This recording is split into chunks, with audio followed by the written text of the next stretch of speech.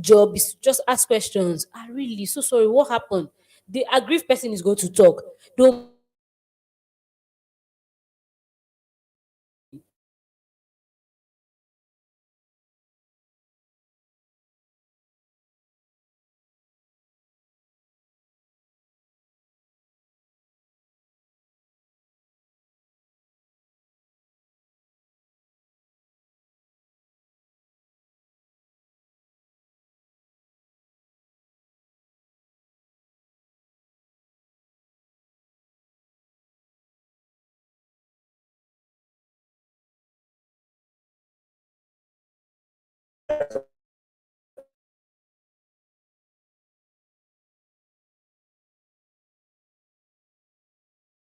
double column, and I put near, I just spell near, Near, double column, Lagos. So every conversation on Twitter, once I search that on Twitter, every conversation around shoes or burgers will come up and I can easily respond. You can do it for any keyword that you use for your business, either shirts or not like that. And it's a very good way that I find out about. Sometimes they might not necessarily buy, but they follow us, have a conversation with us, and maybe in the future, they go and start talking to us. So that's another way you can use that to find about your business.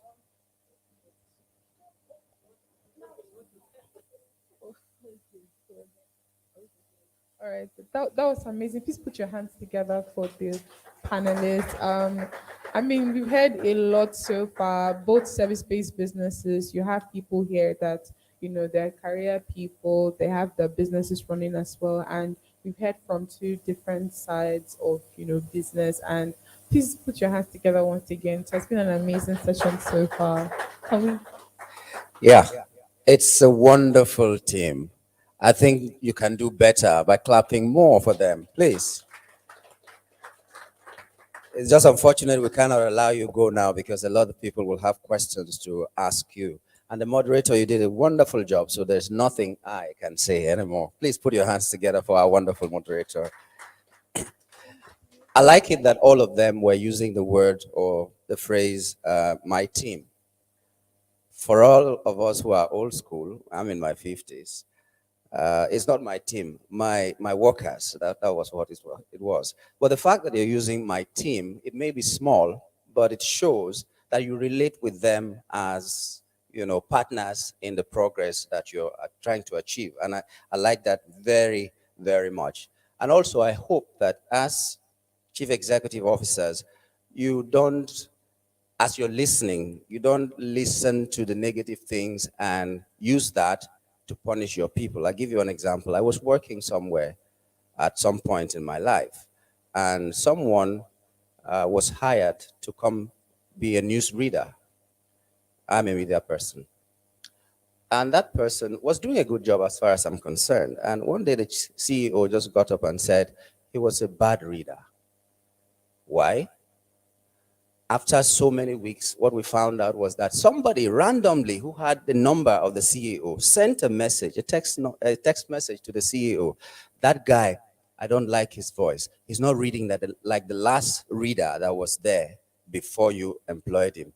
Give him tapes of the last reader so that he can learn to read like him. You know where I'm going? The question was, what did he do wrong?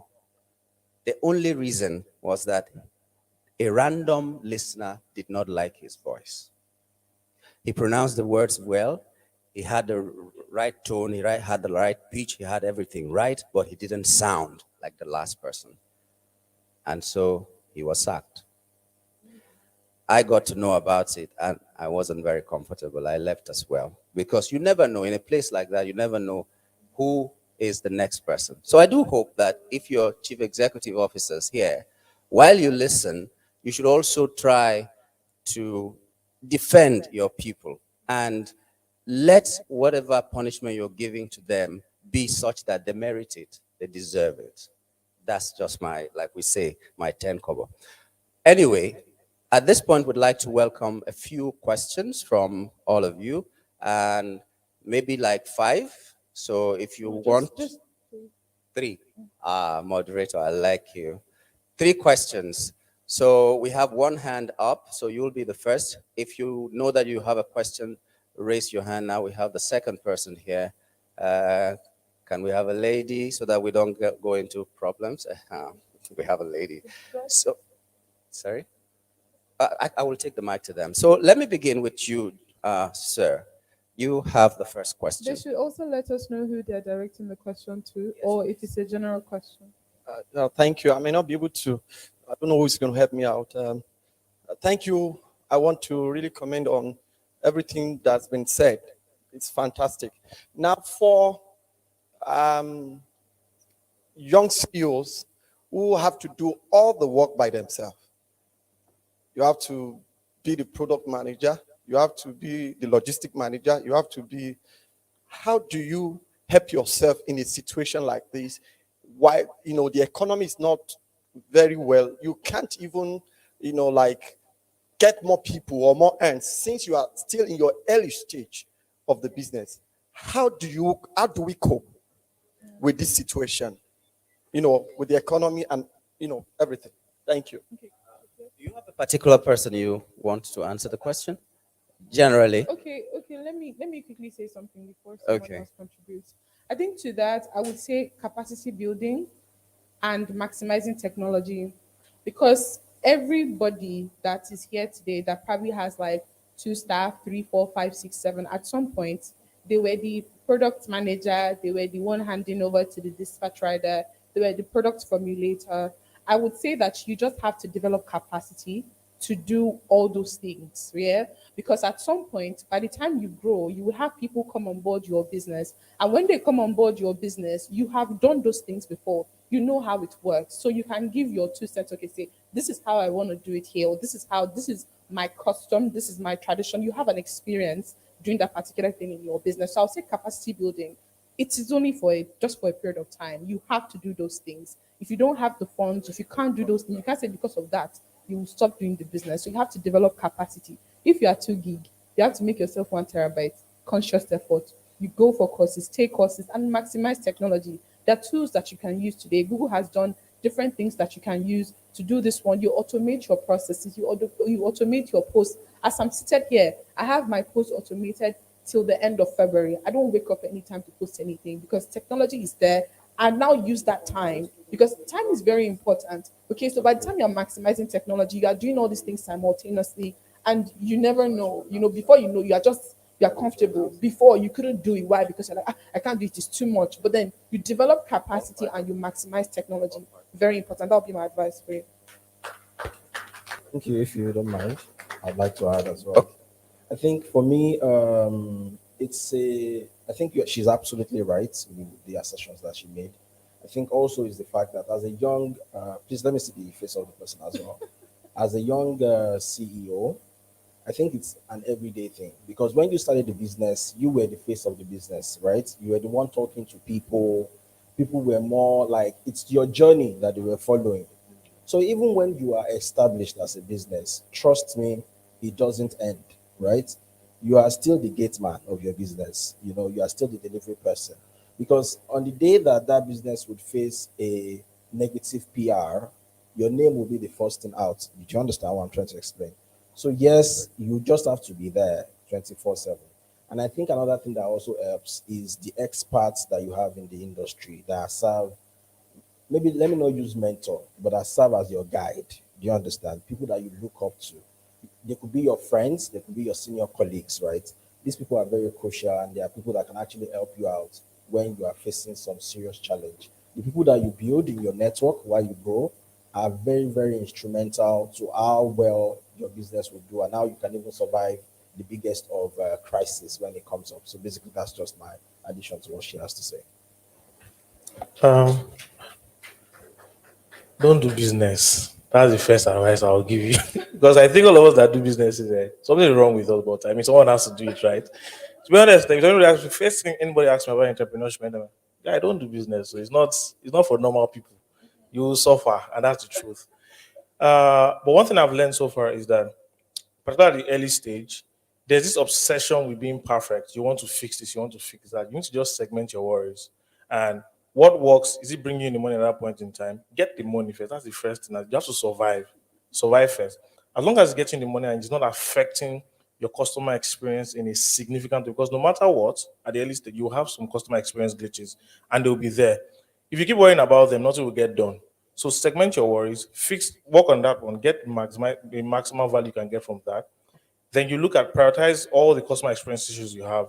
If you're going to hire after you've gotten that your value, which of the issues with that fix?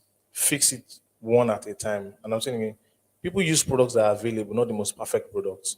If you keep focusing on I want to perfect this, I want to perfect, you will not launch anything, you will not do anything. So that's it. Once again, don't do business. Okay. I think we should just combine the two. When you're answering, anybody who wants to answer can chip in a little bit, so that we'll take from you and take from her. Keep it short and simple. Thank you. Adedamola Oladipo is my name. I just want to ask the panelists, to what extent do you make a change in your product or services to suit your target audience in the market without necessarily deviating from your brand? Thank you. Okay. Can we take the other one, please?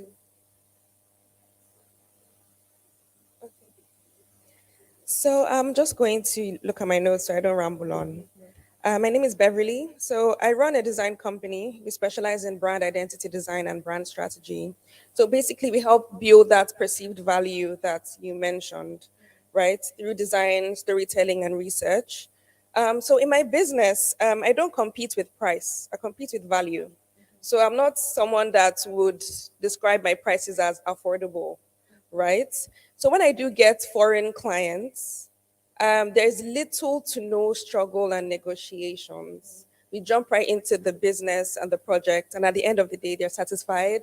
And because of that value, they keep coming back. But my experience in Nigeria has been a bit different. And my question, I just want to kind of know if you guys have the same experience. It's that before I even have that opportunity to give that value, we're negotiating and back and forth, back and forth. It's like it's in our blood to bring the price all the way down. And yes, maybe there's a point where they see the value that they will get. But the struggle is just so much. And I'm just speaking to, the title of this panel, which is, maximizing sales in the economy. You mentioned that there's inflation everywhere. Why is our own different? Thank you very much. Okay.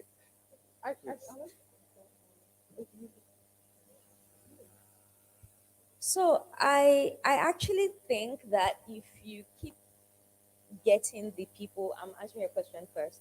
I think that if you keep getting people who consistently are over what's it called? Are over pricing and negotiating and all of that in Nigeria, I think you might not be reaching the right people for your product, right? And that happens. That happens everywhere. So like, don't beat yourself around it. I think that for Nigerians, because like when we launched my business abroad, for some reason I started being proud to Nigerians because I'm like, please don't stress me, right? But that changed in like in 2021. 2021 was like our best year in Nigeria. Like we grew by over 400%. And like that was 2022 when many people were complaining. And one thing I realized is that there are so many Nigerians, they are not much because the problem is that everybody says, oh, Nigeria is a 200 million market and all of that. But I always tell my friends, I'm sure Tolani, I always tell people that the size of people in Nigeria who can actually afford to consistently buy products over 50,000 naira is not more than 100,000 people. You can quote me. We are all sharing the same customers. It's 100,000 people. So you need to know how to communicate to those customers. And one thing about Nigerians is that Nigerians want you to sell them, like sell to them. Like once you sell to Nigerians and they know that this is the person that can give me what I want, they won't argue with you. They'll just go on your website. Nigerians are buying designer items worth 700,000-800,000 on a website. They don't call you. But are you communicating that value to them? Are you showing them that this is the experience I can give your brand?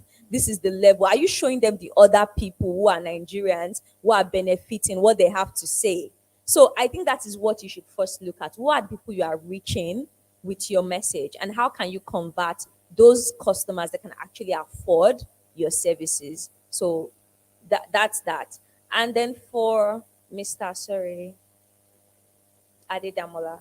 So what I think is that I think that first of all, your business, if your target audience, the people you want to sell to, if they say this is how they like their tomato, that's how they like it. Do you understand what I'm saying? Like at the end of the day, as a brand, especially when you're starting out, I always say don't be so crazy about brand. I don't believe in investing in branding or being so strict about what your brand is when you're just starting out, because at the end of the day what you have is an MVP. You're testing the market, you're seeing how the market will respond. A very good example is when I started my business, what I really wanted to do was braiding hair. And it's also funny because I literally started with zero money. Although I had some money saved and I had some money that I was like, okay, I will start the business with about $1,000. But I started with no money because I told my stylist, oh, let's do afro hair, let's take pictures, let's do that. And that was moving, no. But because I was so obsessed with brand, I still took that $1,000. I went to go and buy braiding hair that had colors, that had ombre, that had all these things. Instead of me to face what people were already buying. Until today, some of those braiding hair, they're still in my mom's storage. Because people were just like, I'm not wearing that to the office. It looks good like a costume thing, but it's not something people really want to wear. So at the end of the day, when you're starting a business, the most important thing is the people you are selling to. You should be open to modifying what your brand is to them, right? At the end of the day, sometimes the market is not ready for what you want your brand to be, and that's fine. As Feranmi said, at the end of the day, try to make money. If you make money and you're still obsessed with that brand, maybe go and launch that brand to another market. But right now in this market, if the customers are saying this is what they want and how they want it, sell to them and make your money.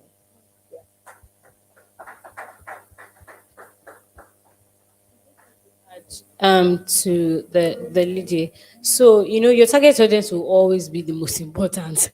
I want to even say the target audience is more important than the product. Because at the end of the day, no buyer, no product to sell. So I think it's important to know what is important in each market. So I'll give an example.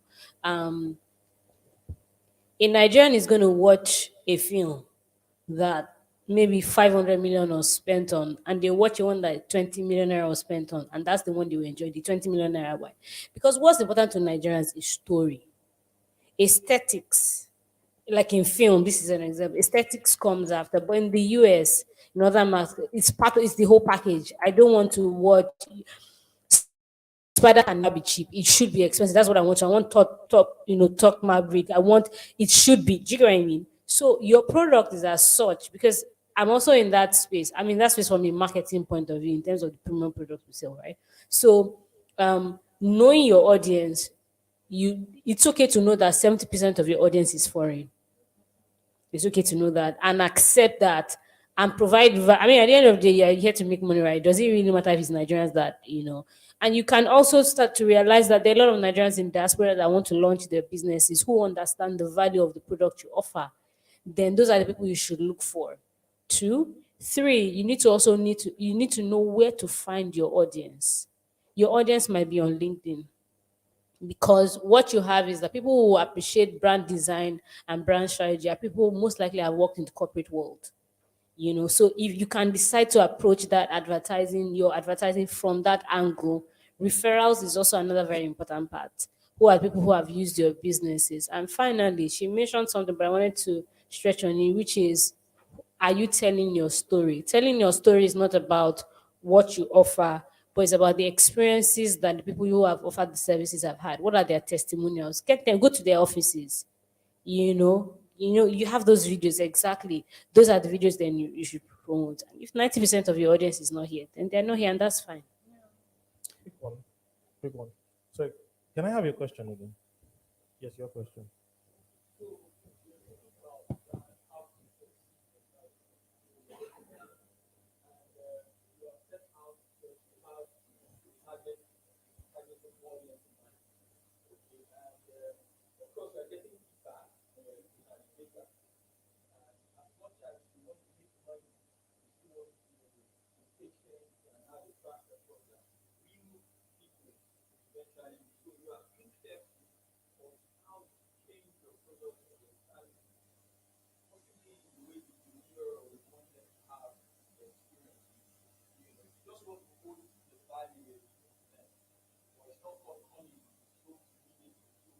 How soon can you, or to what extent do you quickly make a change?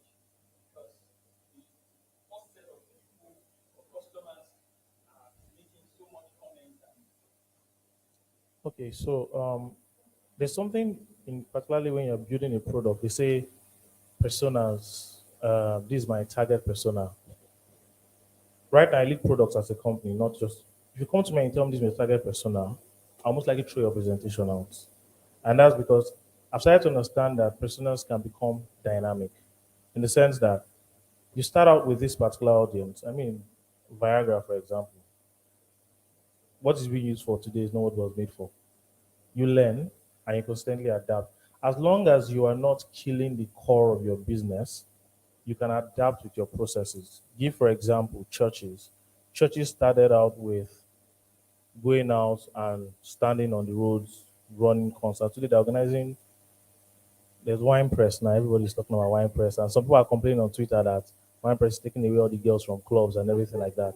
I mean, that was not how churches started, but they're not killing the core value of what a church is.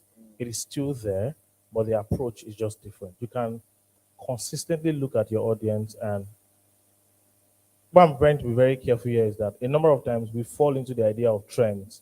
For example, 2020, 2021, companies were hiring like crazy. It was a trend, but there was a core that most of them just abandoned, just go on with the trend. So you can adapt your processes, but still, yeah, you keep your core around that. That's what I would say.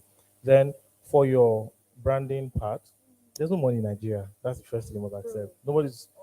Nobody that is looking for a business. If you even heard that early stage business, I don't want to have a brand. How am I going to make money? I'm paying people's salary with my own salary. I'm working a 9 to 5. I'm not yet paid this month's salary. And you're not telling me if I change my color to this will happen. That most people are not going to listen to that, to be honest. So I would usually advise that for branding, you don't necessarily chase after early stage guys at the beginning. I've seen other people say branding for SMEs, branding for early stage. It's so nice to write on paper, but the truth is that in reality, they're not necessarily going to pay. If you can offer, because I know in building out your branding services, you also carry out market research and audience research, right? If you can offer that as a separate package to say that we can help you find the right people to target for your sales and that kind of thing at the beginning, yes, that can work. Then as they grow, you can then begin to offer that branding effort to them. And thirdly, the testimonial part is really important. When I was at Wise, we used an agency called That Design. The reason why we used That Design was because they work for Paystack. They were very good, but nobody would have known if they didn't talk about the Paystack story. Today, people talk about Wise branding and they refer to That Design. Do you understand? Because if That Design works on your brand today, they will the way they will tell you, they can tell your story for 5 months. They don't care. They will stretch that story till everybody knows that they're the ones that work on that brand. So how you go about that storytelling to ensure that even if it's you change one color from blue to white, do it like as if you build the entire world again. Let people just hear about that. You understand? So don't target early stage guys for now. Offer early stage guys market insight on how to improve their sales. It's just like it's more if a free yes, like a free kit and charge them a small money for okay, we'll help you increase your don't take business from Halisi. Just you understand? Because that's Halisi. You can partner with people like Halisi, like now to run that kind of thing. You can even partner with people like Halisi after they have taken an early stage business to a mid stage level. Halisi can then refer them to you, and you pay them that finder's fee. Oh. It's not for free. You pay them that finder's fee. But that's another way also.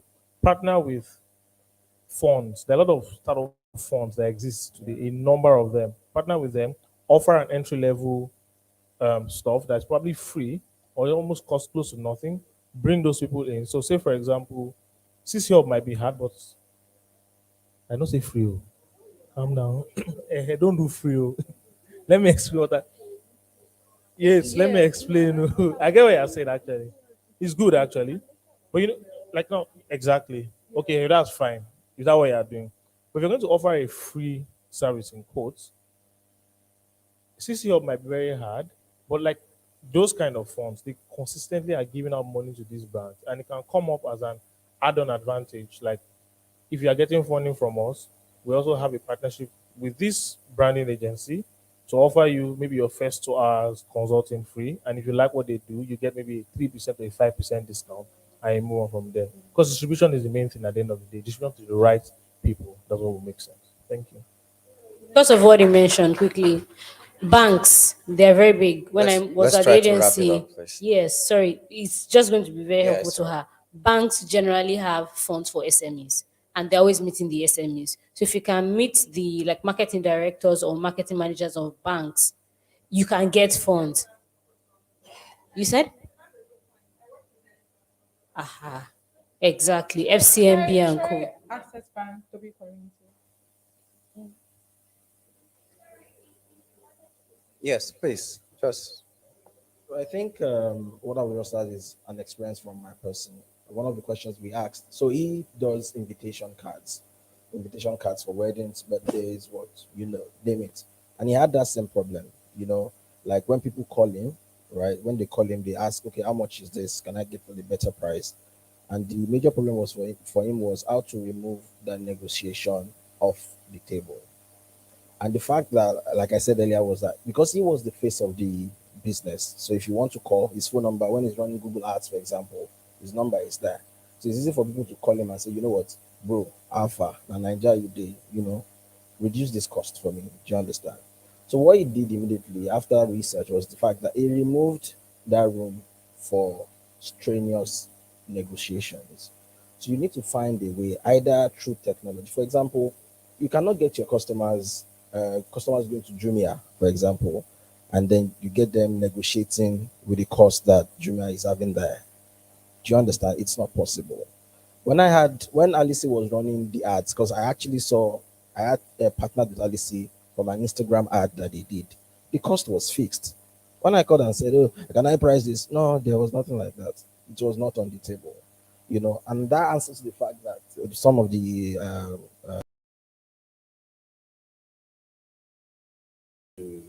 do your service understands what it takes, they would not even really negotiate. And Nigerians know this, if I'm being very honest. They know this for a fact. And if they know, for example, I have friends that have introduced me to, let's say, what do you call it now, skincare routine, over and over again. I feel like it's the big gig nowadays. And some of the things that they say is they even tell you, don't bother about the pricing of this person, just sacrifice this amount to get this value. And that word of mouth really, really goes far, you know. Exactly. Word of mouth, it really, really goes far. So if you can remove that negotiation, for example, you do brand story. So I believe that you probably have a one-on-one sitting conversation with your clients. You need to remove that from the table somehow, either via technology or either via the fact that you are not the person that is having that conversation with them directly. You have a third party that would say, I need to take this message back to my superior or whatnot.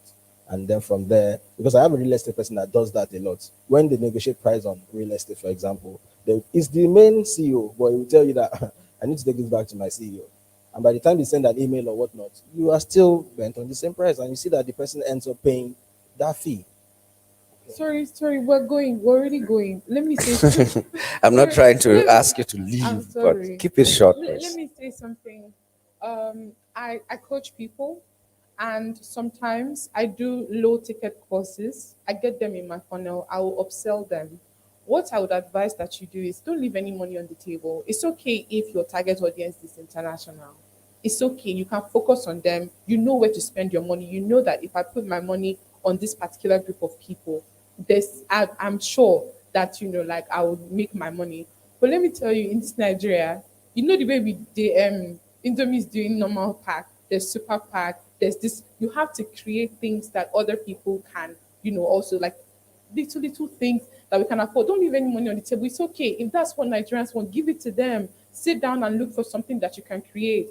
From a cost of like 15,000 naira, I can upsell someone to my cost of 500,000 naira just because they had that experience with me and they have seen what other people have been able to do through me and all those things like that. So it's very important that you don't leave any money on the table. If you're gonna have to like create something it's not too much, something that you can state the benefits, state the things that they'll get after that particular session with you, or when you do this particular thing for their brand. And then you see how automatically they start falling over themselves for you because you have given them an avenue to experience you through a low ticket. Thank you very much. Please put your hands together for them. Please don't go.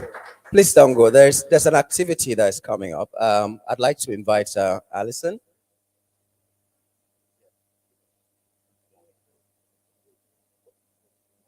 Okay, so the CEO of Halisi is coming to present something and just take a group photograph with the people. These people said there's no money in Nigeria. And I lie, oh, there's money. I've seen it in Keke. I've seen it in trailer, rotting away our 1,000 naira notes. Anyway, but I think consistency is a very key thing here. If you're consistent, people will come. That's why we buy from the supermarket. The same things that we buy outside, we still go there and we don't negotiate. So please, I guess just stand. Get this from CEO. Please just climb the stage so that you can take the photograph after that on the stage. It's better for us. Or you can stand here, give to them. When they hold it, you join them and then take the photograph. Right, photographers, it will be better up there. Aww. That's what the ladies do. Aww. Okay. Yes, please. Please don't go so that we can take the photograph. I'd like to get all your.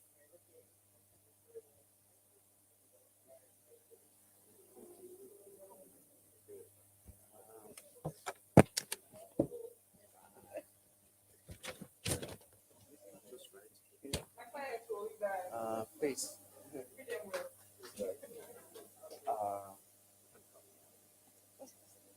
Yeah, I'd like.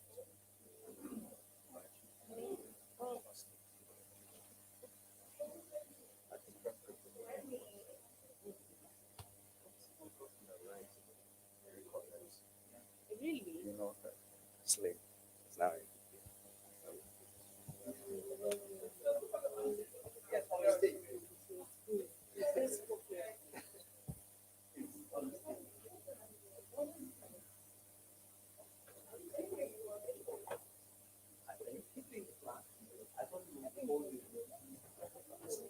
Um,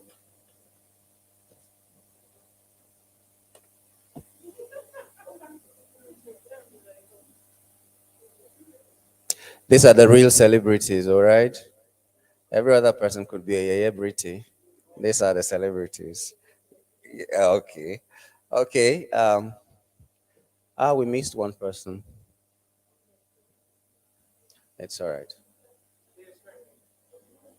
Thank you. You may leave the stage. So, could I have the name and number, please?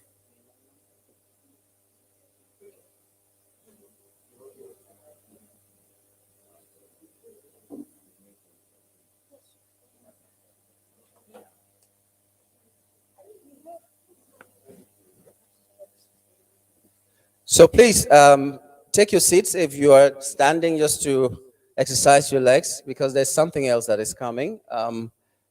Coming up next will be the keynote address by the CEO of Halisi. No, we'll take the keynote address before we take the break. Yes, please be very brief when you begin to talk. I'll send you a message so that you.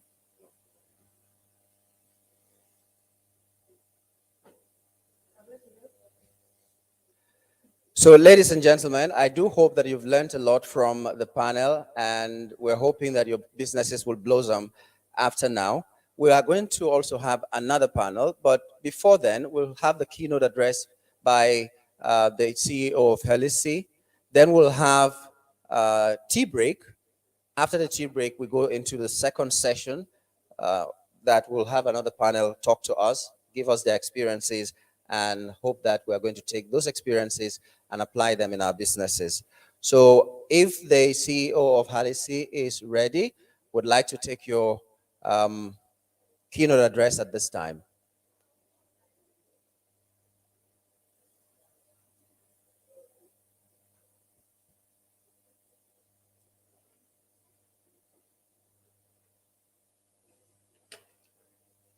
Is Tolu ready? When you go into a business and you don't have the requisite knowledge, you might fumble so much. And that's the same thing in life, anywhere you go to. When I came to Lagos for the first time, I was talking with someone, and I thought I had begun understanding Yoruba. When I was trying to tell the person something about enter, I wanted the person to enter into the room. I told the person waso. I thought waso meant enter. And this is the reason. When I came, I lived in Bega and I was going to work at Ogba, CTFM. That's where I was working at that time. And anytime I went to enter a bus, they will always say, waso. So I thought they were saying, come and enter. That was what waso meant. I didn't even know that it was supposed to be, not even waso, right? It's supposed to be wazo, because it's a shortened form of wazobia, which refers to the 50 naira note. It took me like 3 years before I realized that waso wasn't enter, it was 50 naira note. So all the people I was claiming I was speaking Yoruba to, I just wonder how they were feeling when I left the scene all the time. But it can also happen to you when you're doing business and you don't know a thing about what you're doing. You fumble.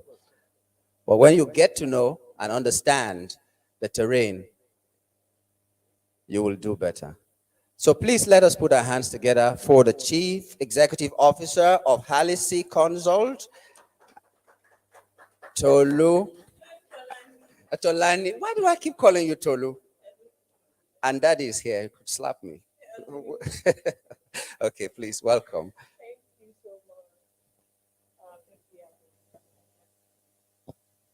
Thank you so much, everyone.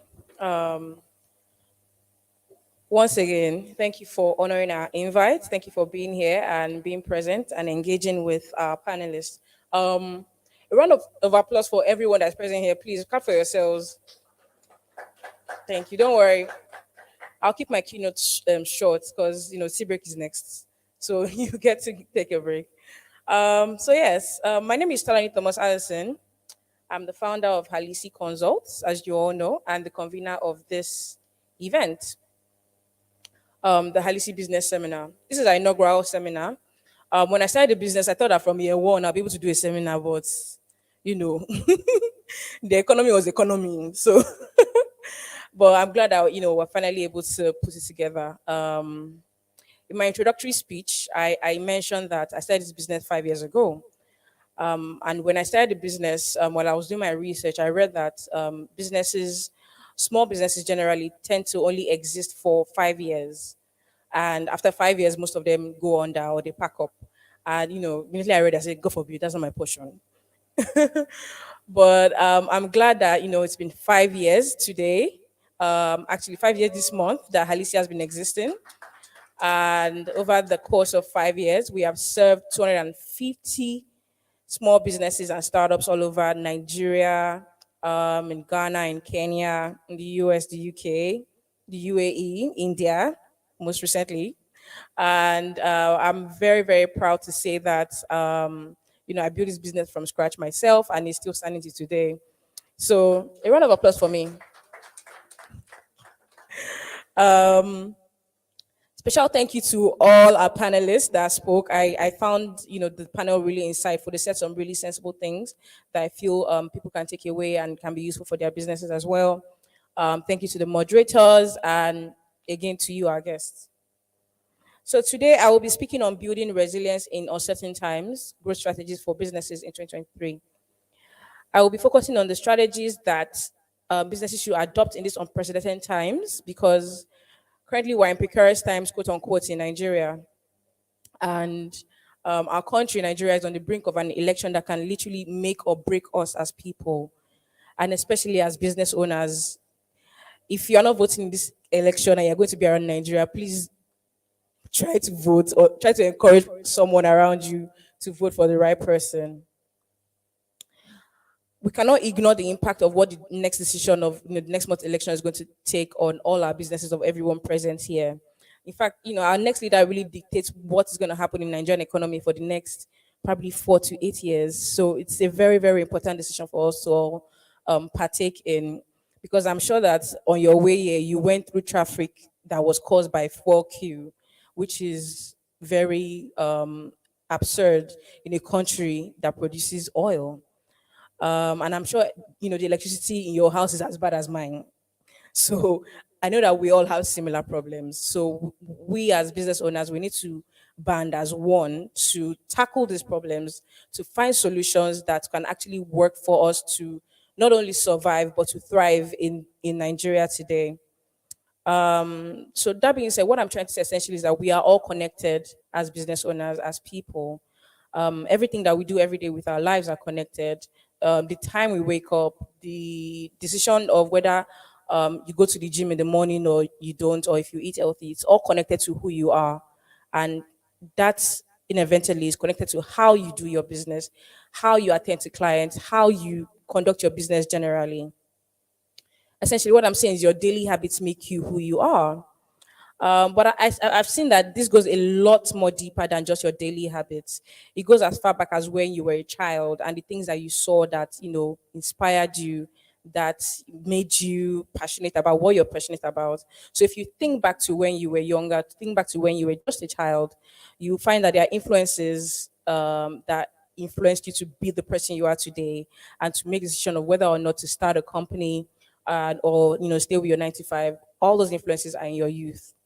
For me, it was watching my parents run several businesses. My father is here today. Please clap for Mr. Thomas.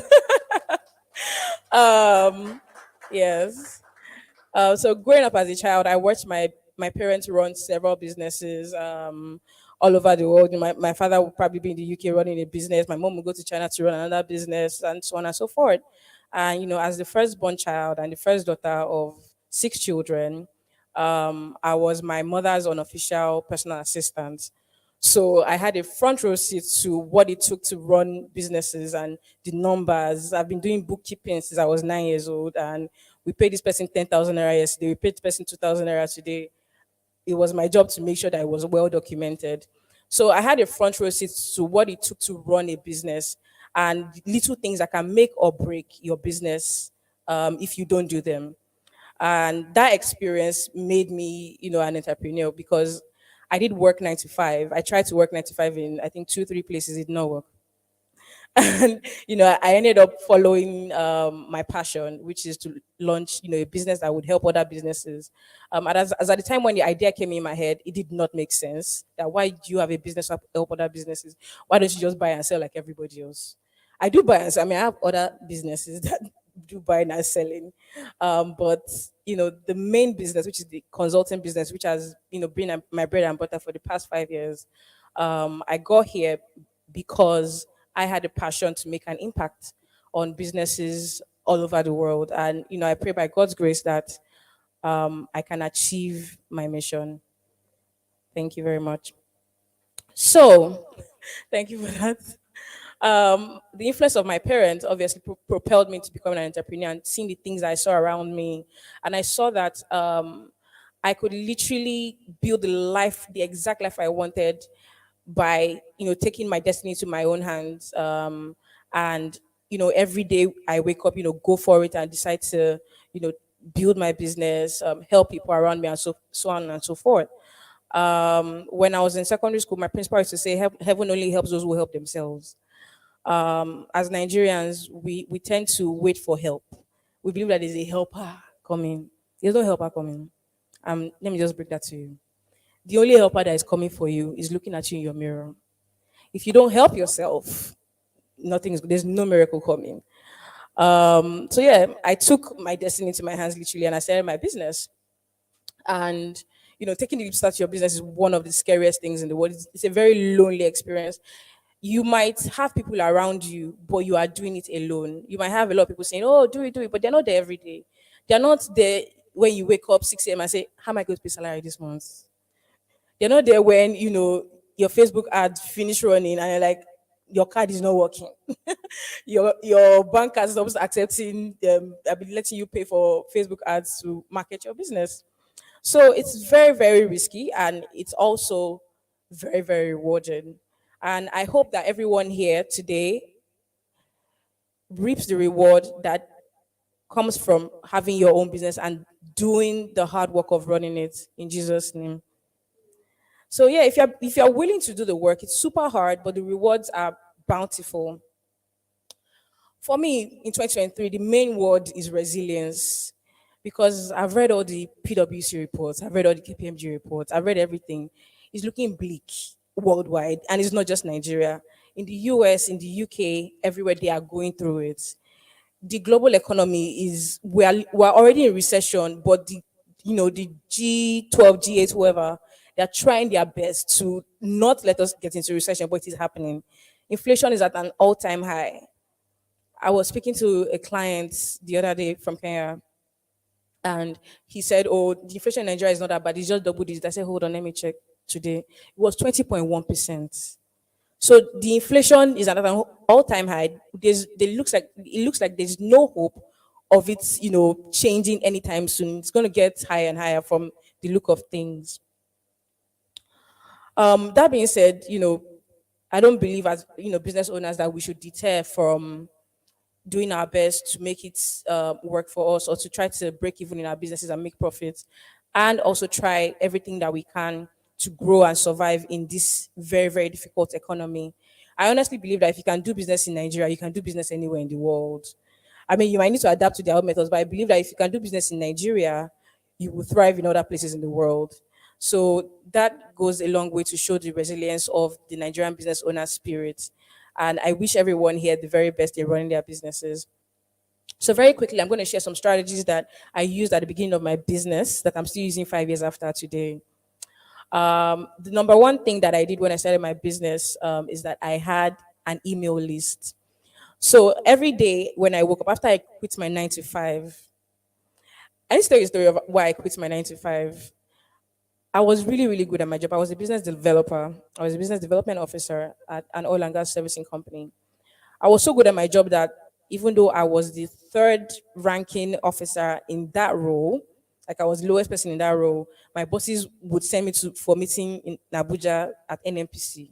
They would send me to London for meetings with multinational clients. And not for one day did any of my bosses mention that, "Oh, Tolani, you're doing so well." All they'll say is, "I don't understand." But I could see that I was doing. I knew I was doing. Everybody else in the office was saying, "After that, you're trying." But they never mentioned that. They just say, "We're not seeing it." I remember clearly. I was in London for an oil and gas conference, and I came so early for that conference. And my boss was like, "Why did you come early?" I was like, "Come on, my rogo." He was like, "Oh, I was too early. Looks like I'm desperate for work." And I'm like, We need the money. We need dollars." And what are you saying, sir? And over the course of that event, he mentioned to another oil and gas executive, a very big man in the oil and gas industry, that Tolani is one of the best business developers we've ever had. And I've worked for this person for over a year, and he has never mentioned that to me. And it was that moment that I decided, I'm going to resign. Like, I'm not doing this again. Because I was supposed to work every day, and nobody was telling me that you are doing well. It really, really paid me, long story short. So I ended up starting my own business. So I quit my job, and I remember my father was shouting, "Chima, why would you quit your job? You don't have another job to do." I was like, "I'll figure it out." At the end of the day, I started my business, and I took some steps that helped me get here. First things first, when I woke up every day, I would speak to 5 people that I already knew and tell them, "I'm starting a business. This is my business." I built my website myself. I know that there are website developers all over Nigeria that do it for 100,000, 200,000 naira for you. But I sat at my desk in my room. I took 20,000 naira. I went on YouTube and I learned how to build a website myself. So I did all the things that would make me look like a big business and presented myself as such. And then I went on my phone every day. I'll call 5 people and say, "I'm starting this business. This is what I want to do." I didn't even know what I wanted to do exactly. I just wanted to help small businesses. There was no product, there was no service. I was just doing it. So I would call them and tell them that, "Okay, this is what I do. Give me your email address. Let me send you an email about it." I'll get their email. Eventually, at the end of that process, I had about almost 300 email addresses, and that was my first email list. So from that email list, I kept pushing emails out to people. I kept creating different ways to keep building that email list, which is the bedrock of our marketing at Halisi. We still have those emails till today. So that email list, I kept telling them about everything that I was doing in my business. Okay, this is what we did this month. This is what we did last month. And these are the more people to, know about what I do, know who I am, and also to patronize us, which was the most important part. So our email list is our bedrock. So number one strategy that you can do that you don't have to spend any money on is to have a mailing list as a business that you can always be sending information about your business to from time to time. Another thing that I did, number two, is that I focused on client retention. So when I started my business, initially I was doing one-on-one consultations for clients and telling them, oh, this is what you need to do in your business, and so on and so forth. In the course of me doing my one-on-one consultations, one client mentioned to me, do you do business plans? I don't do business plans. I did not do business plans, but I said yes. And that was my first business plan. I can remember clearly. And from then on, business plans literally became what was our bread and butter. It is what kept the company going till today. This is what's keeping the company going. Business plan clients are what made us, how will I say, known, quote unquote. I mean, not a lot of people know us, but we've gone quite far. Nonetheless, as I was saying, so that was the first major service that we were able to push out there because, okay, I was trying to keep this client after I've done one-on-one consultation for this client. And then I said, okay, we do business plans as well. And then that went on. And bear in mind, a bit of background, I do have a master's in international business and management.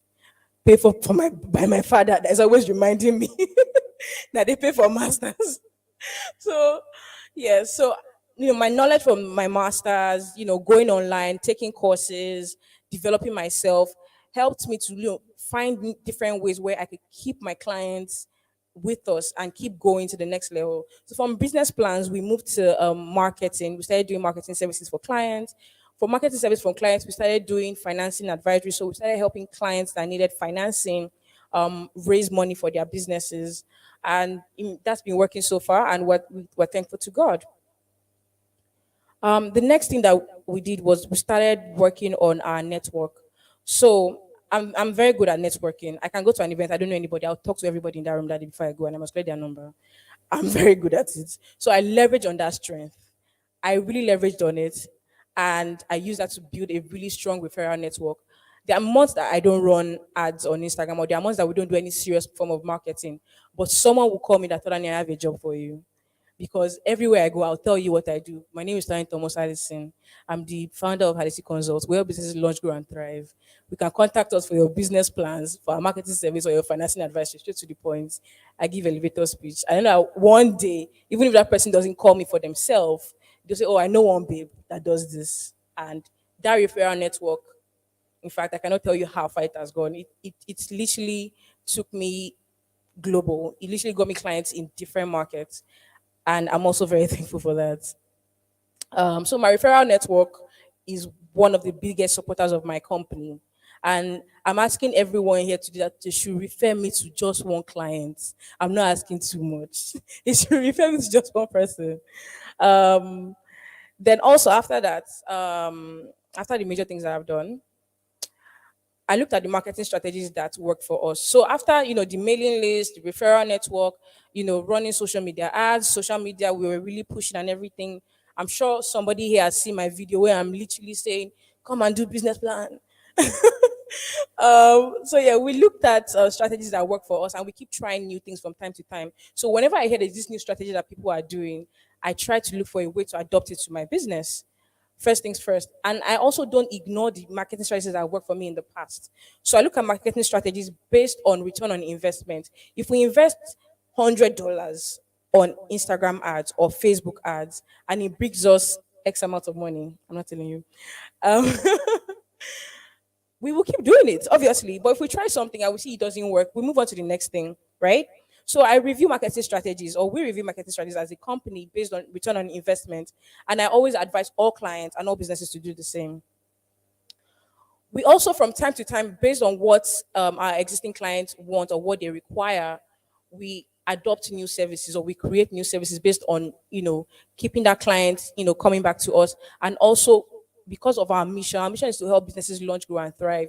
In thriving, we have to try our best to make sure that we are delivering the necessary service that these clients want.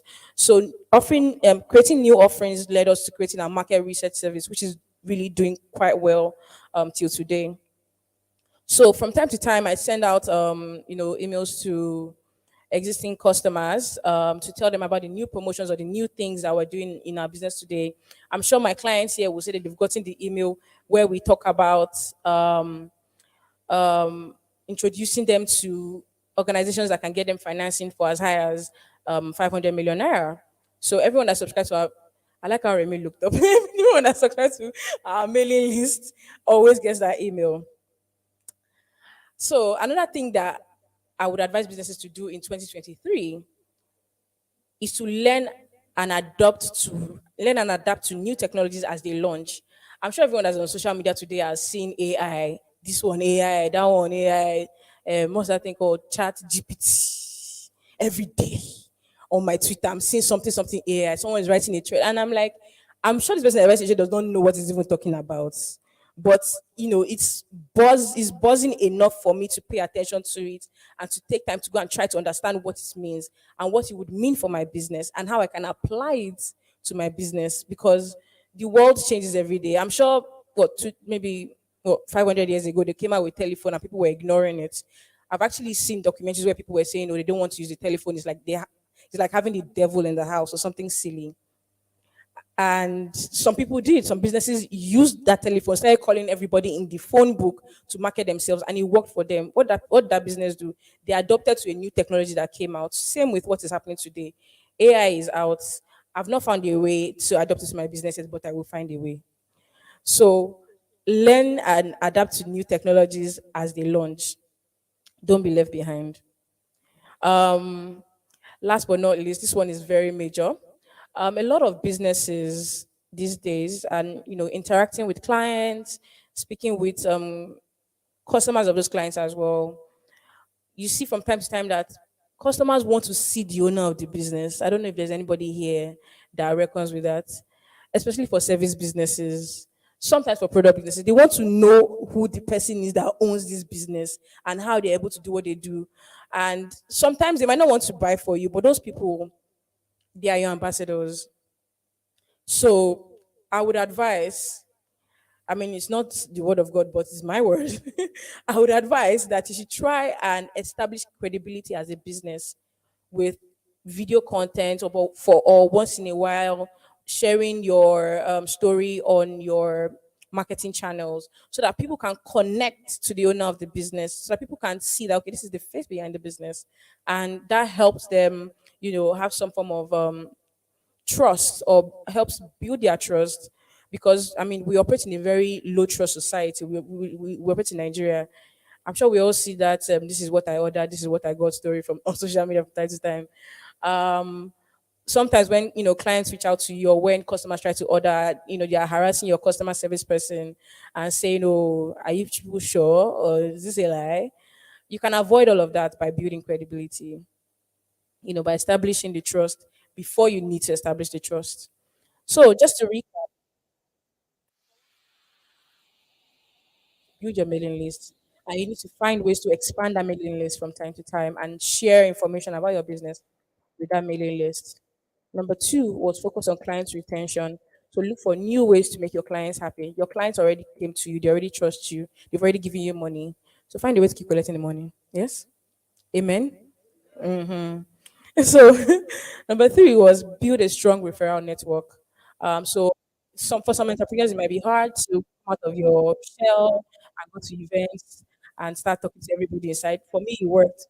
And I would advise that you need to find a way to make yours happen. It might be online, you might be networking online, that's fine. There's nothing wrong with networking on LinkedIn and using it to, get clients. Number four, adapt marketing strategies based on return on investment. So I mentioned earlier that if something works for me, I keep doing it. And if it doesn't work, oh well, we move on to the next thing. Next thing, we introduce new offerings. So introducing new offerings to sell more to your clients, new services that you believe or products that you believe that your clients will need. Try to do that this year. The next is learn and adapt to new technologies as they launch. I mentioned AI. If you can learn, if you can't learn it, Find someone that knows about it, tell them to explain it to you, and try to adapt it to your business. And last but not least, establish credibility in your business. That being said, I'm going to mention once again that Halisi Consults, as a business development consulting company, we are here to help small businesses, startups launch, grow, and thrive. And we offer a range of services, from business plans to financing advisory to marketing and so on and so forth. Please refer us. I am humble. Don't look at this grand event and think that, oh, I've not arrived yet. We're on our way. So please refer us, and we would really appreciate any business that comes from any one of you. And actually, for our referrals, we do commissions. Yes, now that I say that, I like that people are nodding. So thank you so much, everyone, for making the time to be here today. When it started raining this morning, I was already panicking. I've called my husband, I've called everybody, but it's raining. But everyone made it, and I'm so excited that you are all here to witness this. Thank you to all our speakers. Speakers that have spoken on our online webinar before that are here today. I appreciate every single one of you.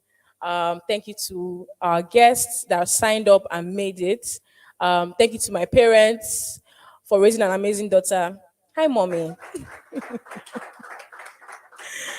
Oh, and thank you to the Halisi team. I know they are running around somewhere. Thank you so much to everyone. Thank you for being here. That's the end of my speech. Thank you to our host, Yamgo. Yeah, thank you. She was thinking of how to pronounce my name. That's why she didn't thank me. Okay, well, that's not the final speech. Like after this, the mass is ended, go home, or the service has finished, go home. Because we're going to have yet another session that will come up. She's doing a wonderful job. And like she said, refer her. That's all she is asking for. She told me that she will be very brief. This is her brief. That means when she wants to devote time for you and do what she needs to do, she will take her time.